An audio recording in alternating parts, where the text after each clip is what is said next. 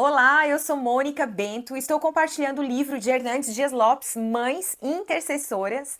Eu sempre falo que é apenas uma degustação, né? O banquete todo está na leitura do livro e o Senhor tem uma porção diferente para cada mãe. Hoje eu vou compartilhar o capítulo 6. Se você não ouviu ainda, não acompanhou, o capítulo 1 até o 5 já tem na playlist deste livro.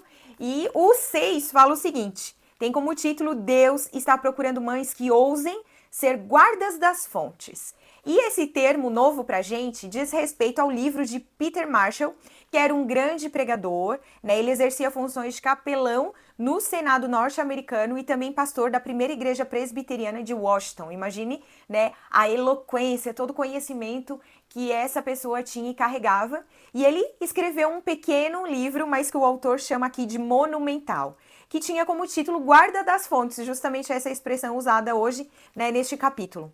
E este livro conta a história de um personagem misterioso que vivia meio que às escondidas no alto de uma montanha, que essa montanha abastecia um vilarejo com as suas águas. Esse personagem, ele era responsável pelas fontes, então ele tinha o papel de manter essas águas limpas.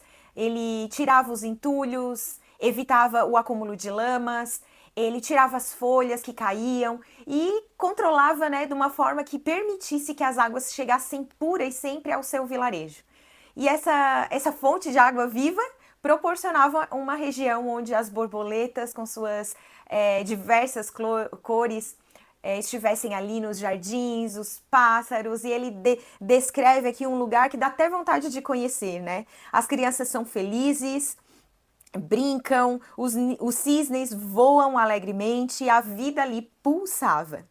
Até que um belo dia, os gestores daquela cidade, daquele pequeno vilarejo, encontraram numa revisão orçamentária o salário desse guarda das fontes e consideraram desnecessário. Né? Eles nem conheciam essa pessoa aí tão misteriosa, não sabiam exatamente o que ele fazia para manter as águas limpas e tiveram a ideia de construir um reservatório de água e dispensar esse profissional que estava ali, segundo eles, onerando o orçamento da cidade.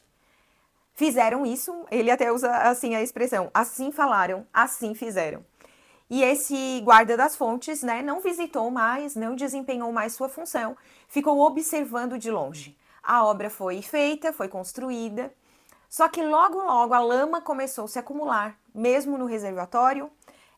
A vida começou a ser prejudicada, as folhas secas permaneceram ali, entulhando a distribuição da água, e assim vocês imaginam o caos que foi instalado nessa cidade. Então as borboletas que esvoaçavam cheias de encanto, beijando as flores mimosas, foram embora, assim também os pássaros, e o pior, as pessoas foram contaminadas por uma doença, e assim que perceberam o erro que cometeram, eles reconsideraram a decisão tomada, procuraram o guarda das fontes que estava lá no alto da montanha, né, disposto a fazer seu bom trabalho. E assim foi feito. Né? Ele voltou a cuidar das fontes das águas e as águas voltaram a ser limpas e aquela cidade foi novamente abrilhantada pela vida. Peter Marshall conta essa linda história para dizer que as mães são guardas das fontes. Que coisa mais linda! E ele faz essa referência do livro com a nossa realidade em relação à nossa sociedade. Então ele diz que ela está poluída, né? Que as águas jorram dentro das nossas casas, das salas de aula, dos lugares onde os nossos filhos estão. Essas águas são barrentas, contaminadas, elas distribuem doenças para dentro da vida dos nossos filhos. Os valores morais absolutos estão sendo atacados desde os alicerces. As colunas da nossa sociedade estão sendo bombardeadas com arsenal pesado. O descalabro dos costumes está se instaurando sem nenhum pudor sob os aplausos de uns e a omissão covarde de outros. A família está perdendo os seus referenciais. A virtude morreu. Ele cita inclusive Rui Barbosa. A profecia dele está se cumprindo. O homem pós-moderno tem vergonha de ser honesto. Meu Deus, que caos! que lixo, que entulho está soterrando as fontes das quais se abastecem os nossos filhos. E ele lembra também de uma lenda antiga, indiana inclusive, que fala o seguinte, que dois homens estavam pescando livremente num rio e começaram a ouvir duas crianças gritando por socorro. E eles rapidamente se jogaram na água para socorrer aquelas crianças. E enquanto eles socorriam as duas, outras 4 começaram a gritar. E aí eles tentaram e conseguiram resgatar, então, 4 crianças, ainda tinham 2 se afogando. E aí começaram a gritar mais outras 8 crianças. E eles tentando resgatar essas crianças que estavam sendo afogadas e clamando por socorro, até que um dos homens saiu da água e o outro perguntou onde que ele ia, por que ele estava abandonando as crianças. E esse homem falou o seguinte: faça o que puder, vou tentar descobrir quem está jogando as crianças no rio. Trazendo para a nossa realidade, poucas pessoas estão dispostas a salvar as crianças e ainda tem a difícil missão de salvar e descobrir, né, resolver aonde está a origem dessas crianças afogadas. É uma situação realmente alarmante.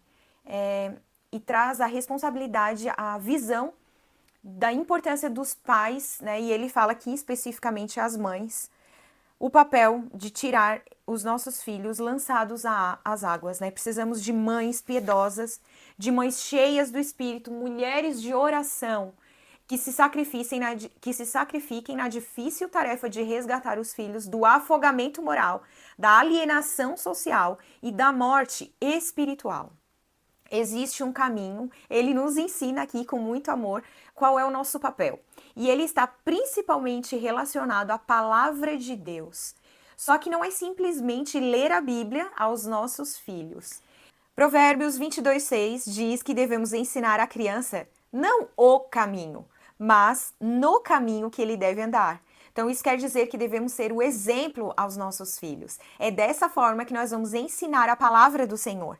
E ele fala que como um espelho, né, nós precisamos ter 4 características. E a primeira característica é que um espelho, ele é mudo.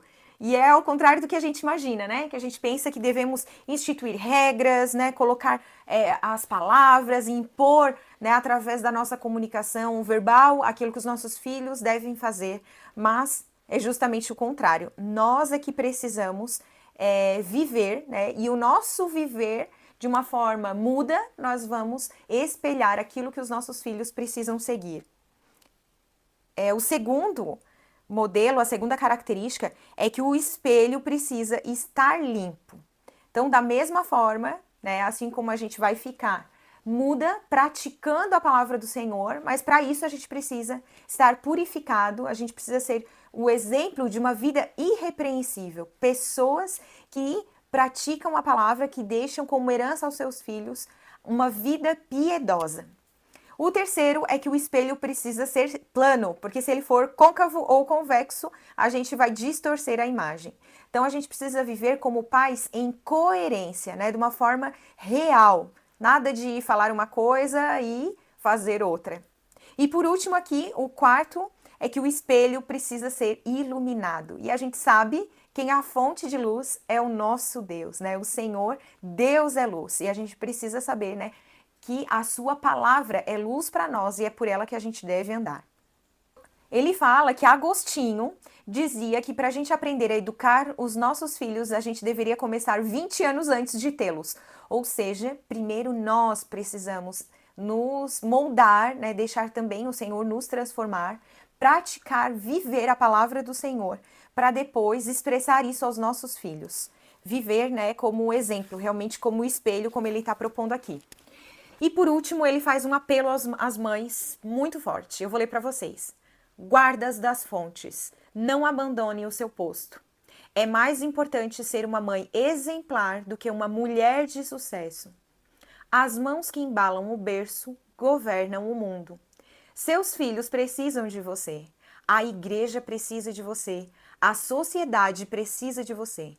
Se você desertar o seu posto, a família naufragará e o mundo perecerá. Meu Deus, que chamamento o Senhor está fazendo a nós, mães, né? E eu convido vocês a acompanharem, então, o próximo vídeo, que é do capítulo 7, que a gente vai lançar daqui a pouco. Deus está procurando mães que ousem colocar o ninho de seus filhos nas alturas, longe dos predadores. Até lá!